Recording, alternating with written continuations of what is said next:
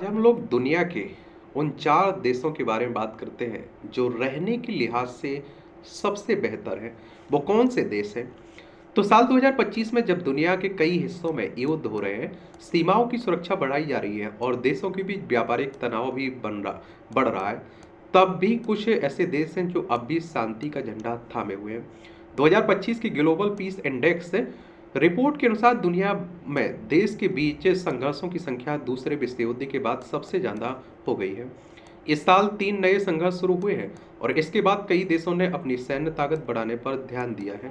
यह report institute for economics and peace तैयार करता है और इसमें आप देखिए देशों का मूल्यांकन 23 अलग अलग मानकों के आधार पर किया जाता है।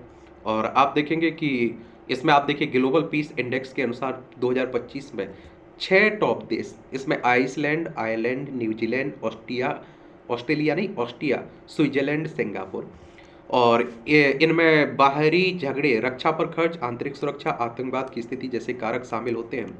इस लिस्ट में जो देश लगातार टॉप पर बने हुए हैं वे लगभग 20 सालों से अपनी नीतियों में स्थिरता बनाए हुए हैं। यह दिखाता है कि अगर किसी देश की नीतियां शांतिपूर्ण और स्थिर हो तो वह लंबे समय तक सुरक्षित रह सकता है। हमने दुनिया के सबसे शांत देशों के लोगों से बात की ताकि यह समझा जा सके कि उनकी सरकारों की नीतियां और सामाजिक मूल्य उनके रोजमर्रा के जीवन में शांति सुरक्षा की भावना को कैसे प्रभावित करते हैं। आइसलैंड, तो आप देखिए साल 2008 से अब तक आइसलैंड दुनिया का सबसे शांतिप्रिय देश बना हुआ है। आइसलैंड दुनिया का सबसे शांतिप्रिय 2008 से बना हुआ है। इस साल इसमें 2% का सुधार दर्ज किया गया और जिससे यह दूसरे देशों से और आगे निकल गया। यहाँ सुरक्षा और भरोसे की भावना लोगों की रोजमर्रा की जिंदगी का हिस्सा है।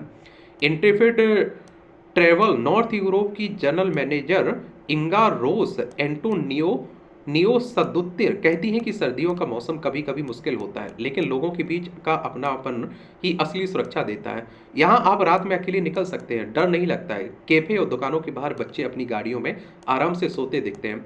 जब उनके माता पिता पास में खाना खा रहे होते या काम निपटा रहे होते तो यहाँ की पुलिस के पास बंदूक तक नहीं होती है। अब सोचिए। और इंगा कहती हैं कि देश में लैंगिक समानता की नीतियों ने महिलाओं को सुरक्षित और आत्मविश्वासी बनाया। वो कहती हैं समान अवसर और मजबूत सामाजिक व्यवस्था समाज को हर किसी के लिए बेहतर और सुरक्षित बनाती है।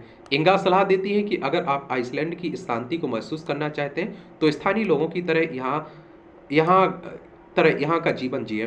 वो कहती है कि गर्म पानी के पूल में तैरें, हॉट टब में अनजान लोगों से बातें करें या किसी पहाड़ पर चढ़ाई करें। असली आइसलैंड आपको उसके संगीत और कला और हर मौसम में बदलती प्रकृति में मिलेगा। आयरलैंड के बारे में सुना होगा आपने। 20वीं सदी के अंत में संघर्षों से गुजरने के बावजूद आज आयरलैंड शांति स्थिरता का प्रतीक माना जाता है। इस देश को हर साल सैन्यीकरण में कमी और किसी भी तरह के टकराव में गिरावट के लिए ऊंचे अंक मिलते हैं। सामाजिक सुरक्षा, अपराध नियंत्रण के मामले में भी यह दुनिया के 10 सबसे सुरक्षित देशों में शामिल है। किल्डेयर के रहने वाले और किल्किया कैसल में director of experience Jack Fitzsimons बताते हैं कि यहाँ लोग सच में एक दूसरे का ध्यान रखते हैं। अगर आप किसी अनजान व्यक्ति से मदद मांगें तो वह आपकी मदद करने की पूरी कोशिश करेगा। वो कहते हैं कि यहाँ की दोस्ताना संस्कृति गहरी सामुदायिक भावना हर किसी को अपनापन महसूस कराती है, चाहे आप छोटे कस्बे में हो या किसी बड़े शहर में। यहाँ की मजबूत सामाजिक व्यवस्था और सामुदायिक कल्याण पर ध्यान देने से असमानता और तनाव दोनों कम हुए हैं। अंतर्राष्ट्रीय स्तर पर आयरलैंड ने सैन्य तटस्थता की नीति अपनाई और यही वजह है कि यह नेटो का हिस्सा नहीं है।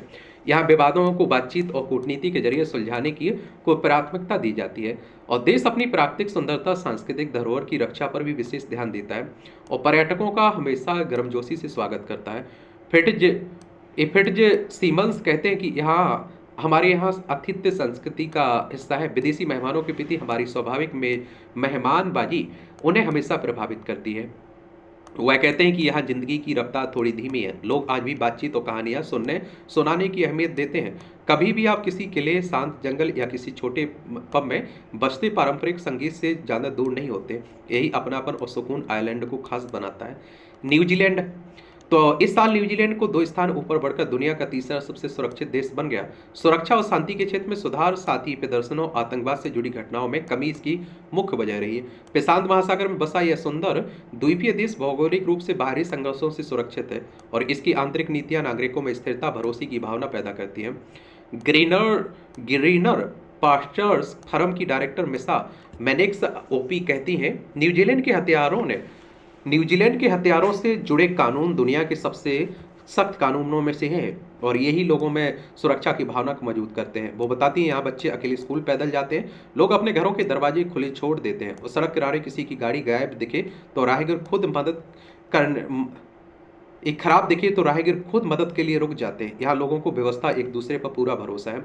मैनेक्स कहती हैं कि यहाँ की सामाजिक सुरक्षा और स्वास्थ्य सेवाएं ही नहीं बल्कि प्रकृति से जुड़ाव भी लोगों की जिंदगी का अहम हिस्सा है। लोग समुद्र तट पर सैर करते हैं, जंगलों में पैदल चलते हैं या तारों के नीचे बैठकर शांति का अनुभव करते हैं। वह कहती है पोस्ट कार्ड जैसी सुंदर नज़ारों से परे न्यूजीलैंड की असली खूबसूरती यहाँ के लोगों में है।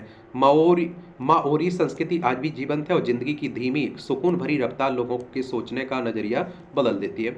ऑस्ट्रिया, ये आप देखते हैं कि ग्लोबल पीस इंडेक्स में इस साल ऑस्ट्रिया एक स्थान नीचे खिसक कर चौथे नंबर पर आ गए। आयरलैंड की तरह ऑस्ट्रिया अंतर्राष्ट्रीय राजनीति में तटस्थता की नीति पर चलता है।